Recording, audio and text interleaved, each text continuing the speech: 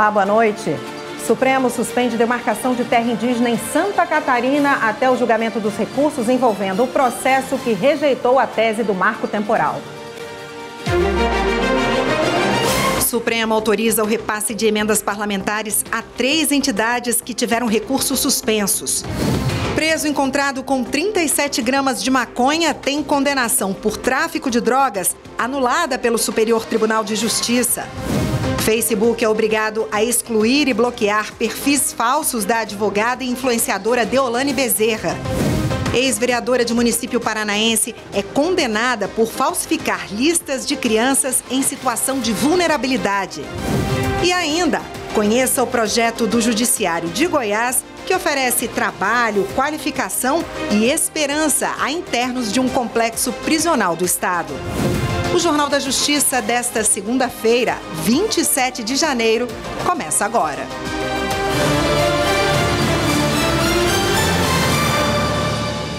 A tragédia na Boate Kiss completa 12 anos. 4 pessoas foram condenadas pelo incêndio na casa noturna e continuam presas. O ministro Dias Toffoli do Supremo Tribunal Federal manteve a validade do júri dos condenados.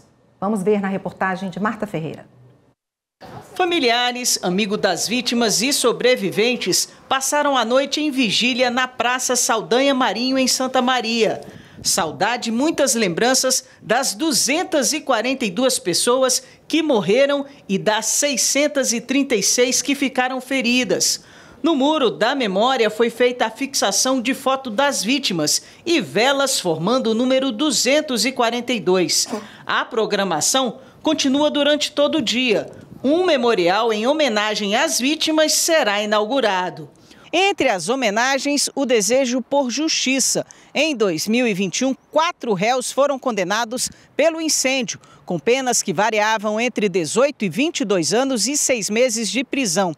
No entanto, o julgamento foi anulado pelo TJ Gaúcho e pelo STJ, sob a alegação de irregularidades na escolha dos jurados. Os réus foram soltos, mas em setembro de 2024 voltaram a ser presos depois de o ministro Dias Toffoli do Supremo Tribunal Federal reestabelecer as condenações. Dias Toffoli analisou recursos apresentados pelo Ministério Público Federal e pelo Ministério Público do Rio Grande do Sul. Ele considerou que a anulação do julgamento violou a soberania do júri popular. Agora, essa decisão foi levada em sessão virtual para ser analisada na segunda turma do STF. O ministro Edson Fachin já votou acompanhando Dias Toffoli. A tragédia aconteceu no dia 27 de janeiro de 2013, durante o show da banda Gurizada Fandangueira na Boate Kiss. A casa noturna tinha capacidade para 691 pessoas, mas na hora do incêndio havia o dobro. O fogo teria começado depois que o vocalista acendeu um sinalizador de uso externo. O incêndio se alastrou rapidamente, gerando uma fumaça tóxica que asfixiou as vítimas. A situação foi agravada pela falta de comunicação entre os seguranças, que inicialmente impediram a saída das pessoas pela única porta da boate. O STF autorizou o repasse de emendas parlamentares a 3 entidades que tiveram os recursos suspensos. A decisão esclarece que essas ONGs cumprem os requisitos de transparência conforme verificado pela Controladoria Geral da União. A Evne Araújo tem as informações. O ministro Flávio Dino autorizou a liberação de emendas parlamentares para 3 das 13 organizações impedidas no início do ano de receber recursos em virtude do não atendimento a normas de transparência. A decisão abrange a Fundação Euclides da Cunha de Apoio Institucional à Universidade Federal Fluminense, o Instituto Besouro de Fomento Social e Pesquisa e a Irmandade da Santa Casa de Misericórdia de Sorocaba, em São Paulo. Segundo o ministro Flávio Dino, a Controladoria Geral da União concluiu que as entidades disponibilizam página de transparência de fácil acesso e apresentam informações sobre o uso dos recursos destinados a elas por emendas parlamentares. No entanto, Dino mantém a determinação anterior em relação à necessidade de realização de auditoria pela CGU na aplicação dos recursos recebidos pelas 3 entidades que não cumpriam os requisitos de transparência, ainda que elas passem a cumpri-los. O objetivo, segundo o ministro, é reforçar a dimensão preventiva das decisões nos processos estruturais relativos à execução das emendas parlamentares e afastar definitivamente dúvidas remanescentes sobre as entidades. A Ordem dos Advogados do Brasil pediu ao INSS informações sobre o acordo para autorizar os cartórios de registro civil a receberem pedidos de alguns benefícios previdenciários. Os detalhes com a repórter Viviane Novaes. O acordo prevê que os pedidos de pensão por morte e salário maternidade possam ser feitos diretamente nos cartórios de registro civil a partir do próximo mês. Segundo o INSS, a medida tem como objetivo facilitar o andamento da fila e os pedidos de benefícios. Mas a Ordem dos Advogados do Brasil criticou a medida. A OAB afirmou que o advogado detém exclusividade na consultoria previdenciária para proteger os direitos do cidadão e que é preciso encontrar um equilíbrio entre a facilidade no acesso aos serviços do INSS e a segurança dos brasileiros na garantia de seus direitos. A OAB enviou um ofício ao INSS em que mostra preocupação com o acordo de cooperação técnica entre o Instituto e a Associação Nacional dos Registradores de Pessoas Naturais. No documento, a OAB afirma que os protocolos realizados de forma inadequada podem resultar em aumento da judicialização de demandas previdenciárias, gerando impactos negativos não só aos segurados, que enfrentam maior demora na solução de seus direitos, mas também ao próprio INSS, com o consequente aumento de gastos públicos para lidar com litígios evitáveis. A OAB pede esclarecimentos sobre a regulamentação e limites de atuação dos cartórios, de modo a garantir que os direitos dos segurados sejam preservados e que as prerrogativas da advocacia sejam respeitadas. A OAB informou que vai adotar as providências para proteger as prerrogativas da advocacia e garantir a segurança jurídica e os interesses dos segurados da Previdência Social. E a 5ª turma do Superior Tribunal de Justiça desconsiderou a condenação por tráfico de drogas de um preso encontrado com 37 gramas de maconha. A repórter Samanta Peçanha tem os detalhes. O Superior Tribunal de Justiça aplicou o parâmetro do Supremo Tribunal Federal que diferencia usuários de traficantes no caso de posse de maconha. De acordo com a orientação do STF, será considerado usuário aquele que for encontrado com até 40 gramas da substância. No caso julgado, um preso foi condenado a 6 anos e 5 meses de reclusão por receber uma marmita com 37 gramas da droga inserida em uma carne. Ele alegou que a substância seria para consumo próprio e a acusação não apresentou prova em contrário, o que levou o STJ a afastar a condenação por tráfico e condená-lo por posse para uso próprio, que tem tratamento muito mais leve na lei de drogas. A relatora do habeas corpus, ministra Daniela Teixeira, pontuou que no Brasil, tanto o tráfico quanto o consumo de drogas são considerados crimes. A diferença entre eles está na intenção de quem possui a droga. A lei de drogas diferencia consumo pessoal e tráfico. O artigo 28 criminaliza o uso pessoal, mas prevê penas leves, como advertências ou programas educativos. Já o artigo 33 trata do tráfico com penas severas, sem exigir prova da intenção do portador, dependendo das circunstâncias do flagrante.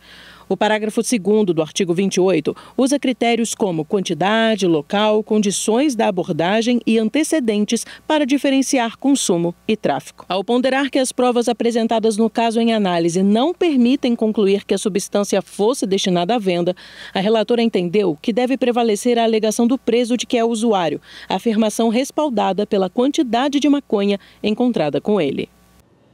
E a seguir a gente fala do projeto do Judiciário de Goiás que oferece trabalho e qualificação para internos do sistema prisional. E a ex-vereadora é condenada por falsificar listas de crianças em situação de vulnerabilidade. Voltamos em instantes.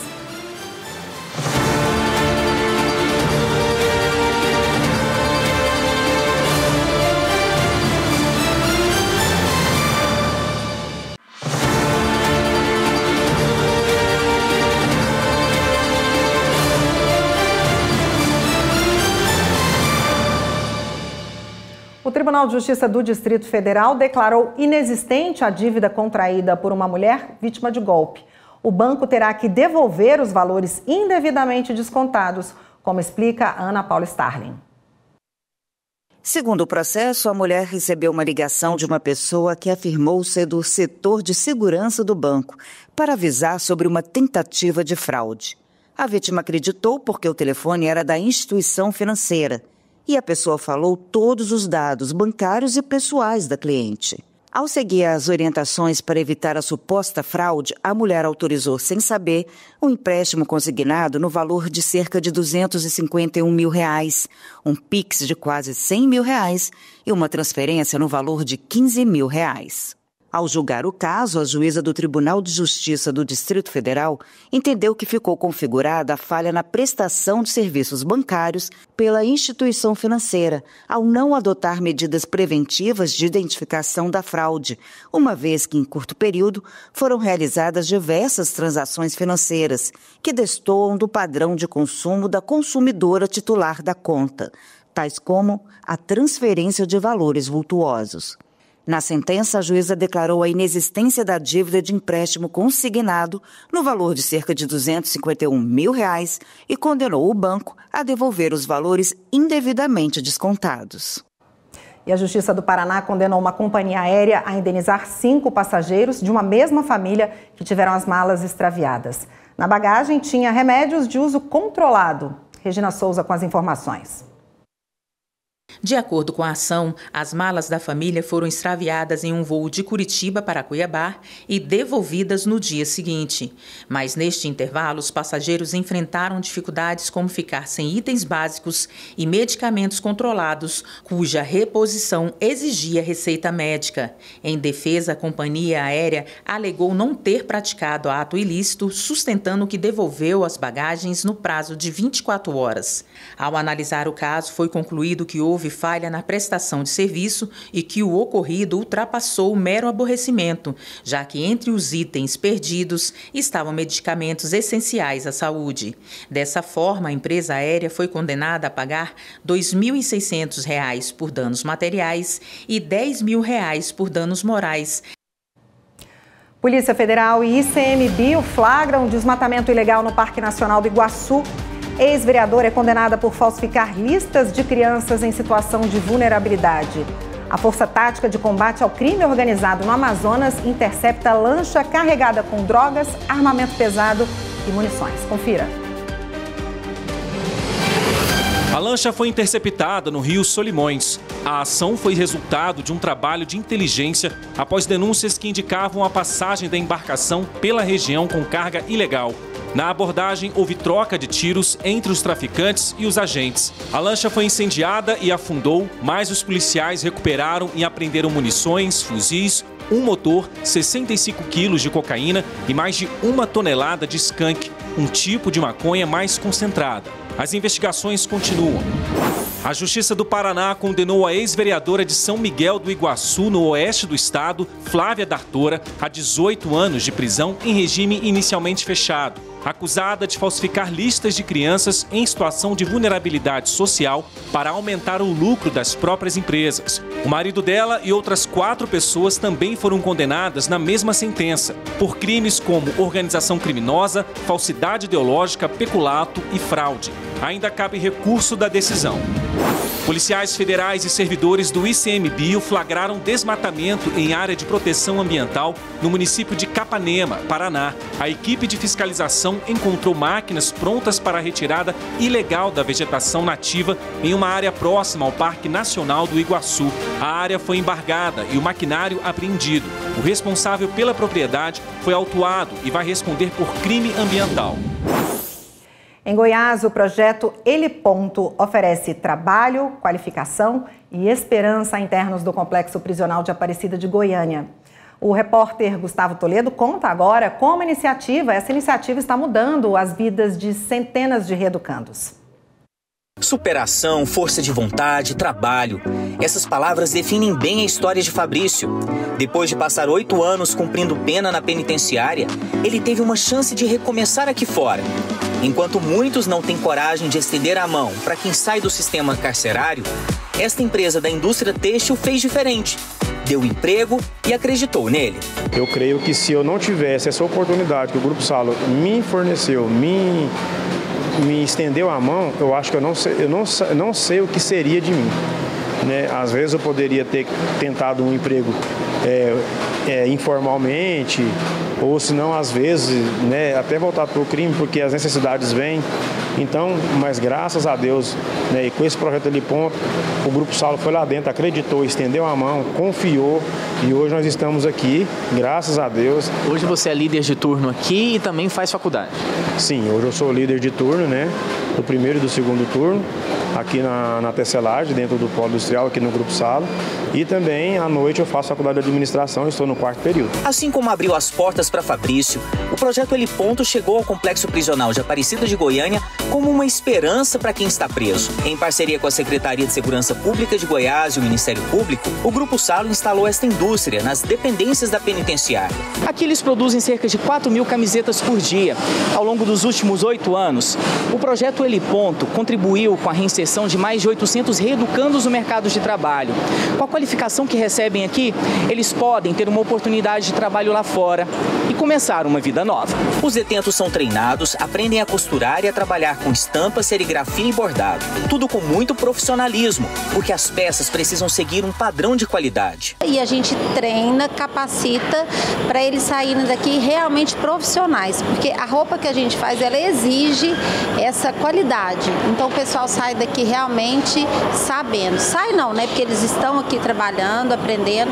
E o diferencial que a gente tem é que quando eles saem, eles vão trabalhar com a gente. O projeto tem mudado a vida deste reeducando. Ele opera máquinas de corte a laser, trabalha no acabamento das roupas. Com essa nova profissão, já faz planos para quando deixar a penitenciária. Estou até pensando, né, depois que eu sair daqui, poder fazer um curso, né, de preparação na área de criatividade, né? Porque é algo que vai melhorar até para mim, né? E apesar de eu já estar nos meus 50 anos, mas eu ainda sonho ainda coisas maiores, né? Aqui eles são remunerados pelo trabalho. Uma parte do dinheiro vai para a família e o restante fica em uma espécie de poupança, que pode ajudar a recomeçar quando sair da prisão. A empresa hoje deu para a gente um ensino de uma profissão que quando eu sair eu posso assinar minha carteira. Com essa parceria, a chance deles voltarem para o mundo do crime é muito menor. Além disso, o Ele Ponto também oferece trabalho no CASE de Anápolis, que é voltado para menores infratores. Também ajuda a reduzir os custos de um presidiário para os cofres públicos. A gente paga a alimentação deles, parte da alimentação, que é o café da manhã e o almoço. O módulo de respeito que foi construído por nós. O que é um módulo de respeito?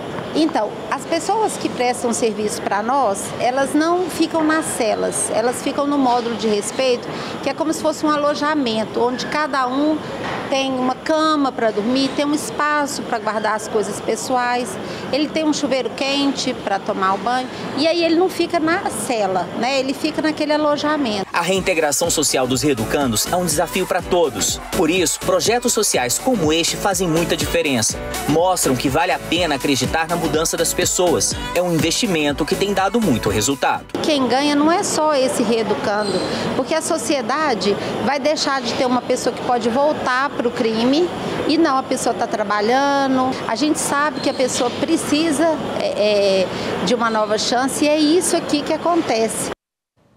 O Conselho Nacional de Justiça prepara para este ano de 2025 um manual para orientar o trabalho de magistrados de todo o Brasil em relação às pessoas em situação de rua.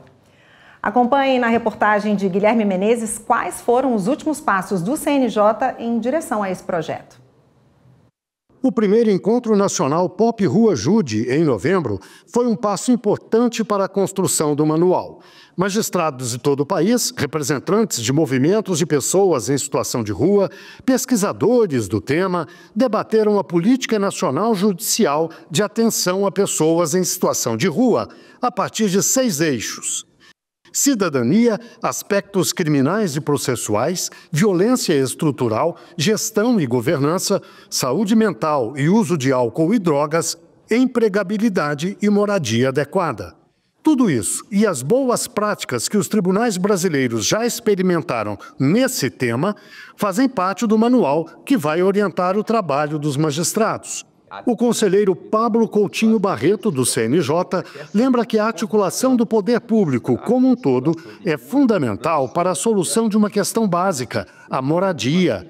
Esse é o primeiro passo para a recuperação da cidadania dessas pessoas. Por exemplo, a pessoa em situação de rua ter negado a sua liberdade porque ela não tem o comprovante de residência. Então, é preciso se atentar à condição de que essa pessoa não tem uma moradia adequada por um déficit de atuação do próprio poder público, e essa negativa de acesso a direito de moradia adequada não pode servir para ela também ter negado o seu acesso à liberdade, ainda que com alguma medida diversa da prisão. A Política Nacional do Judiciário também determina que essas pessoas têm direito ao acesso físico às instalações da Justiça, independentemente da roupa que vestem, por exemplo. E o acesso à justiça em sentido mais amplo é garantido pela prioridade que os tribunais devem dar aos casos que envolvem essa população. Também é preciso lembrar das múltiplas interseccionalidades das pessoas em situação de rua. São, por exemplo, crianças, idosos, negros, indígenas, pessoas LGBTQIAPN+. O avanço no tratamento, no enfrentamento dessa questão do crescimento da população em situação de rua, ele só é possível pensando na questão da moradia em primeiro lugar, mais uma atuação em rede de todos os instituições e órgãos públicos, poder executivo, legislativo, poder judiciário, e também a sociedade civil organizada e o movimento social. Nenhum deles sozinho é capaz de enfrentar toda a complexidade que as interseccionalidades relacionadas à população em situação de rua se faz presente. E veja a seguir, depois da atuação do Ministério Público, órgãos de saúde do Acre vão adotar medidas de prevenção e tratamento contra a febre do Oropouche. E o Facebook é obrigado a excluir os perfis falsos da advogada e influenciadora Deolane Bezerra. Os detalhes já já.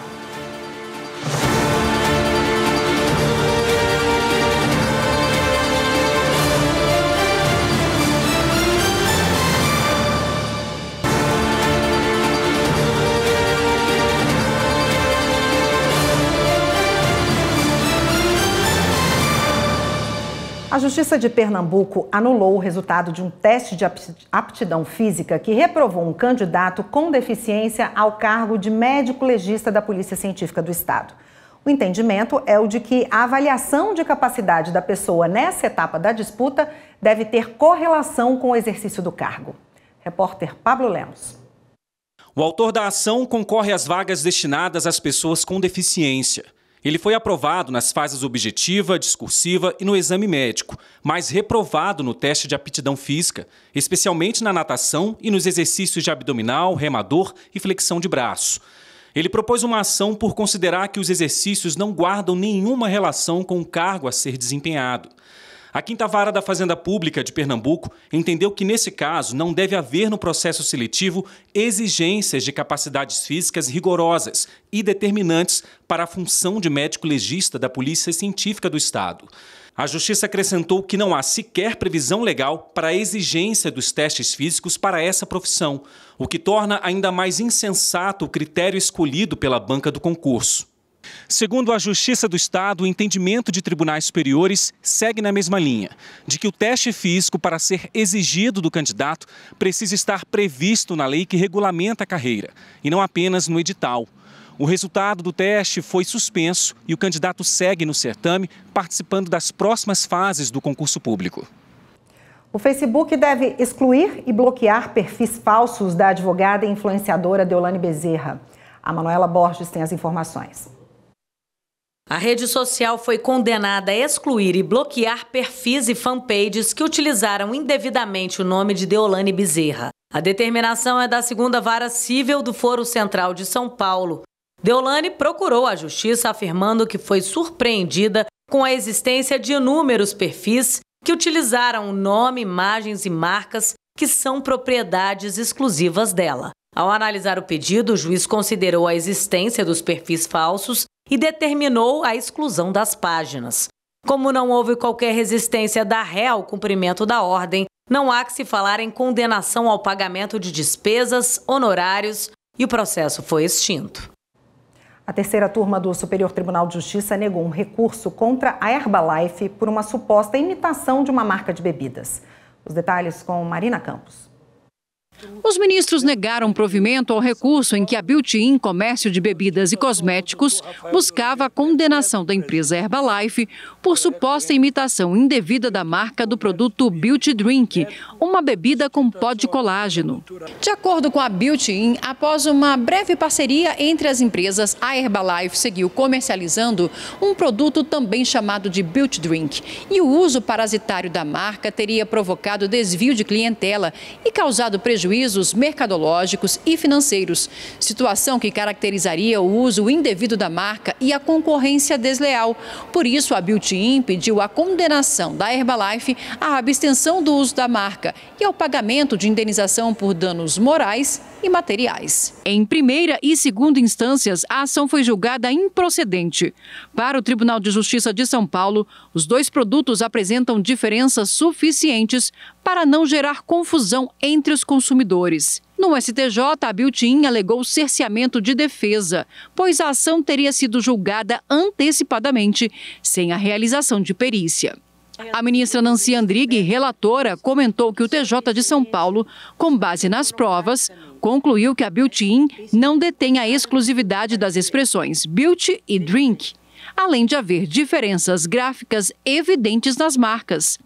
Além disso, ela afirmou que a alegação de cerceamento de defesa surgiu apenas num recurso especial, o que impede sua análise por se tratar de inovação recursal.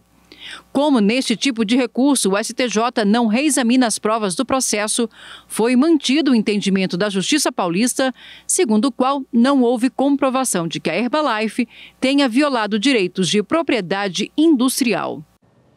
A partir de uma recomendação do MPF, órgãos de saúde do Acre devem adotar medidas de prevenção e de tratamento contra a febre do Oropuxi. Márcio Fontinelli. A Secretaria de Saúde do Estado do Acre e a Secretaria de Saúde de Rio Branco anunciaram uma série de medidas para garantir a prevenção e o tratamento contra a febre Oropuxi. Entre elas, a criação de protocolos para evitar a proliferação da doença e a disponibilização de profissionais especializados para cuidar dos pacientes infectados. O índice da doença subiu 620% no ano passado, em comparação a 2023. A iniciativa partiu de uma recomendação enviada ao Estado pelos Ministérios Públicos Federal e Estadual no Acre. E a Escola Superior da Magistratura de Mato Grosso já tem nova diretoria. Quem acompanhou a posse foi a repórter Eli Cristina Azevedo. O presidente do Tribunal de Justiça de Mato Grosso, desembargador José Zuquim Nogueira, deu posse à nova diretoria da ESMAGES, Escola Superior da Magistratura, para o biênio 2025-2026, com foco no fortalecimento do conhecimento jurídico e aperfeiçoamento contínuo. A gestão será compartilhada com 6 magistrados colaboradores, que vão atuar no assessoramento pedagógico e na representatividade institucional da escola. O serviço principal da escola é aperfeiçoamento do magistrado, em todas as áreas que ele vai judicar e inclusive da importância dele perante a sociedade que ele jurisdiciona.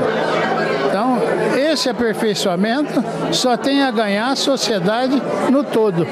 E é o que nós esperamos e vamos apoiar a escola para esse desiderato. Iremos dar continuidade a todo o trabalho dos ex-diretores da escola e implementarmos novas ações, né? Nós elegemos 5 áreas prioritárias, que são a comunicação, a tecnologia, o meio ambiente, a economia e a deontologia, né? Tudo com o objetivo de buscar um aperfeiçoamento da jurisdição. Estamos nos reunindo há alguns meses e já definimos eixos que serão objeto da atuação da escola.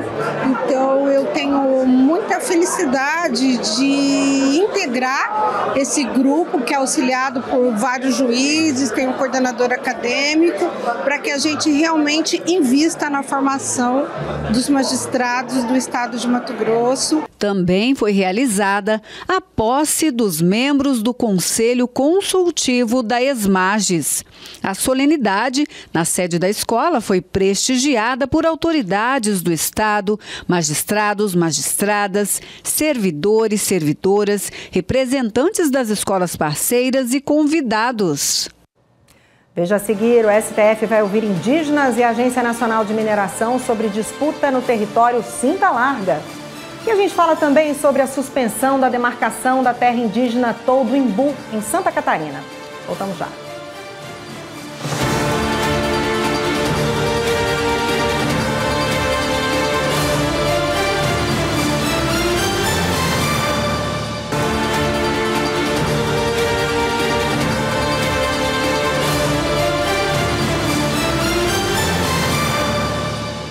O ministro Flávio Dino, do Supremo Tribunal Federal, convocou uma audiência para receber informações sobre a possibilidade de mineração dentro e no entorno de terras indígenas do povo Cinta Larga, nos estados de Rondônia e Mato Grosso. Desde 2005, o caso está na Justiça. A Agência Nacional de Mineração questiona decisões judiciais que impedem a extração de recursos minerais nesses territórios indígenas. A reunião será presidida pelo próprio ministro Flávio Dino no dia 20 de março. Poderão participar 5 lideranças do povo Cinta Larga, além de representantes da Agência Nacional de Mineração, do Ministério Público Federal e do Ministério dos Povos Indígenas. E o STF suspendeu a demarcação da terra indígena Todo Imbu, em Santa Catarina. A determinação é esperar o julgamento de recursos no processo que rejeitou a tese do marco temporal. A repórter Evne Araújo tem os detalhes. A decisão é do ministro André Mendonça. Ele suspendeu os efeitos do decreto que reconheceu a posse tradicional dos indígenas Caingangue sobre a terra Todo Imbu, em Abelardo Luz, Santa Catarina.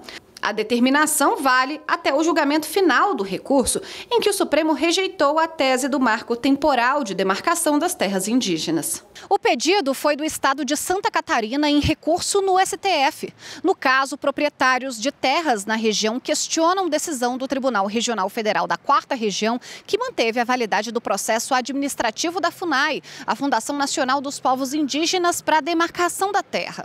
Segundo o governo estadual, a portaria da FUNAI estaria desrespeitando a ordem de suspensão nacional de processos relacionados ao tema. Na decisão, o ministro André Mendonça considerou que a determinação do STF de suspender nacionalmente todos os processos relacionados ao marco temporal de demarcação de terras indígenas até o julgamento final da questão não foi plenamente cumprida. Segundo ele, a medida é para proteger a segurança jurídica e evitar a consolidação de decisões judiciais que, após eventual definição do plenário da Corte, seriam irreversíveis ou de difícil reversão. E a primeira turma do Superior Tribunal de Justiça definiu que o prazo final para desapropriação comum não se aplica no caso de terras quilombolas. A repórter Jéssica Castro explica pra gente. O colegiado entendeu que a desapropriação de terras para comunidades quilombolas tem caráter reparatório e de promoção de direitos fundamentais e que, por isso, os prazos de caducidade das desapropriações comuns não se aplicam a essas terras. O Tribunal Regional Federal da 1ª Região havia aplicado o prazo de 2 anos previsto na lei que define os casos de desapropriação por interesse social para declarar a caducidade do decreto de desapropriação de um território quilombola em Mato Grosso, considerando que a União só ajuizou a ação 9 anos após a edição do decreto. Mas o relator do caso no STJ, ministro Paulo Sérgio Domingues, destacou que, devido ao caráter reparatório, o processo de titulação das terras quilombolas não pode ser regido pelos mesmos prazos e regras aplicáveis às desapropriações convencionais. A primeira turma seguiu o entendimento do relator e, ao reformar a decisão do TRF1, considerou que o principal objetivo é a preservação do direito à identidade cultural e territorial e, por isso, a aplicação de prazos que comprometam a eficácia desse direito fundamental quando já identificado e reconhecido pelo próprio Estado não se justifica. A estimativa é que o Brasil tenha 30 milhões de animais abandonados nas ruas. Para se ter uma ideia, é praticamente o mesmo número de idosos no país. Abandono é considerado maus tratos, um crime previsto em lei. Mas se por um lado tem quem abandone, do outro tem quem resgate. O repórter Leonardo Ferreira conta essa história pra gente.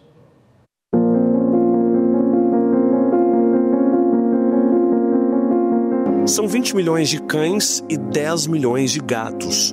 Um levantamento feito pela Confederação Brasileira de Proteção Animal revela que só no Distrito Federal, por exemplo, são cerca de 700 mil animais nas ruas. Abandono de animais é crime desde 1998, de acordo com a Lei Federal 9.605, que prevê pena de detenção de 3 meses a 1 ano e multa no caso de crimes de maus tratos contra animais. Em 2020, a Lei 14.064 aumentou a pena para quem maltratar cães e gatos de 2 a 5 anos de reclusão, além de multa e proibição da guarda. Se o crime resultar na morte do animal, a pena pode ser aumentada em 1/3. Estados e municípios também têm competência para legislar sobre o tema.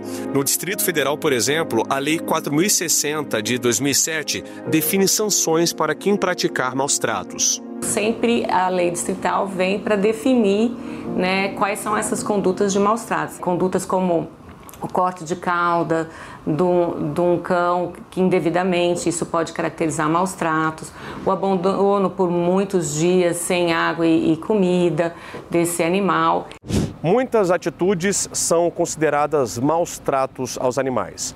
Abandono, agressão física, manter os bichos presos a correntes, desprotegidos contra o sol e a chuva, em locais onde não há ventilação, não oferecer alimentação adequada, não levar ao veterinário.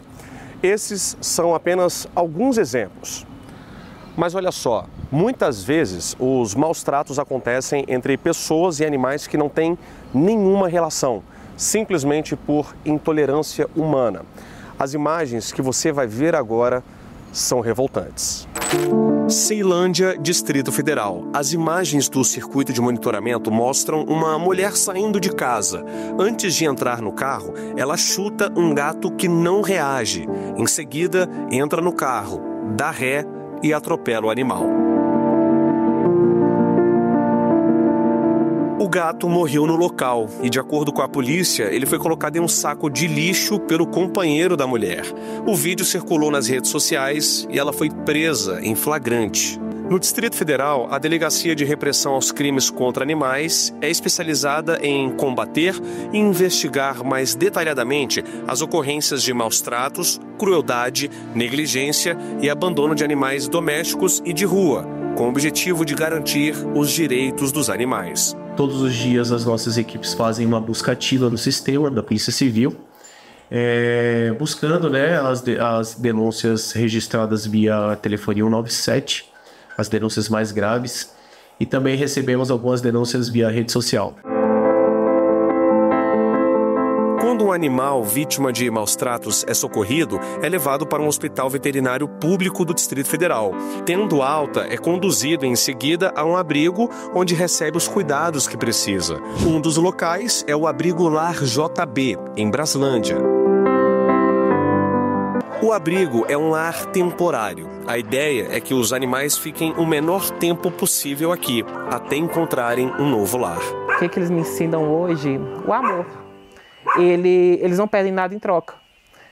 O animal é o seguinte, você trata dele um dia, ele é grato por você a vida inteira. A gratidão dele é imensa. É uma missão de vida, não é fácil, porque a gente enfrenta batalhas diárias com tudo, com o sofrimento dos animais, mas hoje eu sou feliz por poder ajudar todos eles.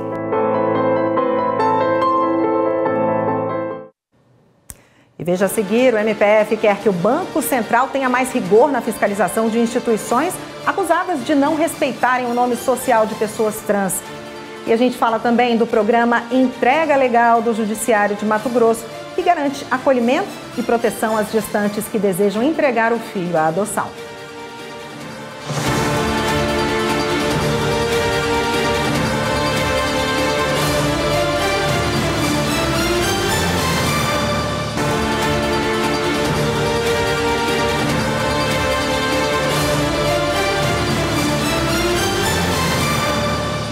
O Ministério Público Federal recomendou que o Banco Central aumente a fiscalização em instituições financeiras acusadas de não respeitarem o nome social de pessoas trans em documentos e cartões. Repórter Márcio Fontinelli. Depois de receber uma série de denúncias, o Ministério Público Federal encaminhou um ofício ao Banco Central com a recomendação de reforçar a fiscalização em relação aos bancos que estão desrespeitando o direito do uso ao nome social por parte de pessoas trans, travestis ou não binárias. O Banco Central reconheceu que há reclamações relacionadas ao assunto, além das denúncias apresentadas a organizações da sociedade civil. A instituição tem um mês para se manifestar sobre a recomendação. Se nada fizer, o MPF deve entrar com uma ação judicial. O programa Entrega Legal do Judiciário de Mato Grosso garante acolhimento e proteção às gestantes que desejam entregar o filho à adoção. A repórter Laura Meirelles mostra como esse procedimento pode ser feito de forma segura, com o acompanhamento da Justiça. A maternidade não é uma obrigação. A gestante, caso queira, independente do motivo, pode entregar voluntariamente o recém-nascido para adoção. Este direito é assegurado pela Justiça e deve ser respeitado e garantido. E ela tem que ser recebida sem qualquer tipo de constrangimento, qualquer tipo de pré-julgamento, qualquer tipo de convencimento pelos organismos que tiverem conhecimento desse fato. A decisão pela entrega voluntária pode ser tomada durante a gravidez ou até mesmo no momento do parto. Neste caso, os profissionais da saúde devem acionar o sistema de justiça e então encaminhar o fato à Vara da Infância e Juventude. A equipe interprofissional da Vara da Infância e da Juventude irá fazer esclarecimentos a ela.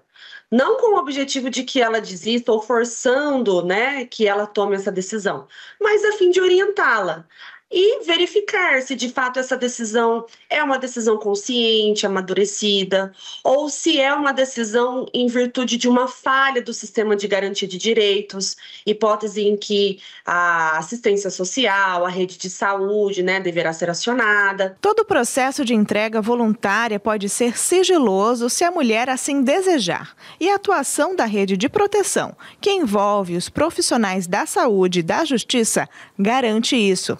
O procedimento busca oferecer segurança, dignidade e acolhimento para a mãe e criança. E o principal, a garantia de um ambiente onde a criança possa crescer e se desenvolver plenamente ao lado de uma família por adoção. O objetivo é, de fato, proteger essa mãe, mas também fazer com que essa criança possa vir ao mundo da melhor forma possível. Se a mãe, por qualquer motivo que seja, já está dizendo que não tem as condições, de fato é um gesto de amor entregar, ao invés de interromper a gravidez ou receber dinheiro por conta dessa entrega. É muito profícuo salientar que ela não pode escolher para quem ela vai entregar. E nós temos hoje diversas pessoas habilitadas no Cadastro Nacional de Adoção, que já passaram por todo esse acompanhamento também do Poder Judiciário, até se encontrarem aptas a adotarem, e estão ali prontas para receber essa criança, cuidar e amá-la, da forma como ela merece. Guaxupé, no sudoeste de Minas Gerais, ganhou agora uma unidade avançada de atendimento da Justiça Federal. A iniciativa do Tribunal Regional Federal da 6ª Região promete aproximar ainda mais o judiciário dos cidadãos. Confira na reportagem de Vera Carpes. Localizado no sudoeste de Minas Gerais, a cerca de 470 quilômetros de Belo Horizonte, o município de Guaxupé é conhecido por sua rica tradição agrícola, especialmente na produção de café. Além do café, Guaxupé também se sobressai na pecuária, com uma expressiva produção de leite que reforça sua vocação agroindustrial. A fazenda aqui ela teve início produzindo leite e café em 1960, mas era uma produção bem pequena. A parte de leite eram 70 animais, tirava leite de 30 vacas, a produção era uma média de 2,3 litros, 70 litros por dia. Esse último ano agora nós chegamos a atingir 100 mil litros por dia. Agora Guaxupé passa a desempenhar um papel ainda mais relevante na prestação de serviços públicos, com a instalação da mais nova unidade avançada de atendimento do Tribunal Regional Federal da 6ª Região em Minas Gerais. A iniciativa visa aproximar a Justiça Federal da população. Essa é uma proposta, para mim, que eu considero genial na Justiça Federal, que ela permite a aproximação da justiça do cidadão, fazendo que aqueles mais necessitados tenham a oportunidade de ter uma via mais rápida de acesso à justiça, principalmente esses processos previdenciários. Com a instalação dessa unidade, a população não precisará mais se deslocar até São Sebastião do Paraíso, que fica a 84 quilômetros de Guaxupé, em busca de serviços como audiências ou perícias médicas. Principalmente respeito ao nosso cidadão. O cidadão nosso não precisa se locomover nessa estrada com 80 quilômetros de distância para ir numa unidade da Justiça Federal. Agora ele vai ter essa comodidade aqui. Além de Guaxupé, a nova unidade avançada de atendimento atenderá uma região que engloba cerca de 15 municípios vizinhos, ampliando o alcance da Justiça Federal e proporcionando maior facilidade de acesso aos serviços para milhares de cidadãos. Vai haver uma facilidade de acesso a Guaxupé, dessa região em torno aqui, de diversos municípios, mais de 15 municípios, que serão beneficiados com as perícias, com as audiências, com as conciliações e terão aí essa grande proximidade da Justiça Federal. A aposentada Rosa Marques comemorou a iniciativa. São muitas pessoas que precisam desse tipo de serviço, né? E não precisar de ter o deslocamento, o gasto com deslocamento vai fazer muita diferença, com certeza. E uma última notícia, o Tribunal de Justiça de São Paulo suspendeu o serviço de mototáxi oferecido pela 99 e pela Uber na capital. O tribunal atendeu ao pedido da prefeitura da cidade, que tem um decreto que proíbe o uso de motocicletas para o transporte privado individual. O desembargador Eduardo Gouveia, no entanto, não aplicou a multa diária de R$1 milhão e isentou as empresas de responderem por crime de desobediência. Esta edição do Jornal da Justiça fica por aqui. Obrigada pela sua companhia. Uma ótima noite para você.